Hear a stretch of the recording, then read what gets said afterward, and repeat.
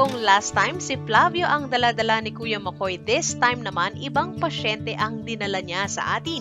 Isang halos 2 weeks old na goat kid. Kaninang umaga ganyan pa? Hindi po, ma'am. Nasa taas po ito, ma'am.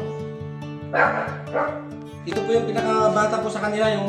Kakapanganak. Opo, yung anak po ni Brown. Hindi mo naman napansin, kuya, kung napilay. Hindi po. Nung ano po siya, nakahiga po dun sa ano, tapos papasukin ko po sana. Ay, pilay. Tumama yung paa. Oo. Halatang halata mo naman ka-sideline na ang isang paa ng batang kambing ay may pamamaga. Kaya naman, bilang initial treatment, nagbigay tayo ng 1 ml na Numusure dahil bukod sa antibacterial at pangontra sa lagnat, may tulong din ito para mabawasan ang pamamaga. At syempre, hindi mawawala ang ating trusted support na ChemShot LE para may dagdag suporta sa katawan at mabilis na recovery ng batang kambing. Sa murang edad na ito ka-sideline, importante na maagapan agad para hindi lumala ang kondisyon.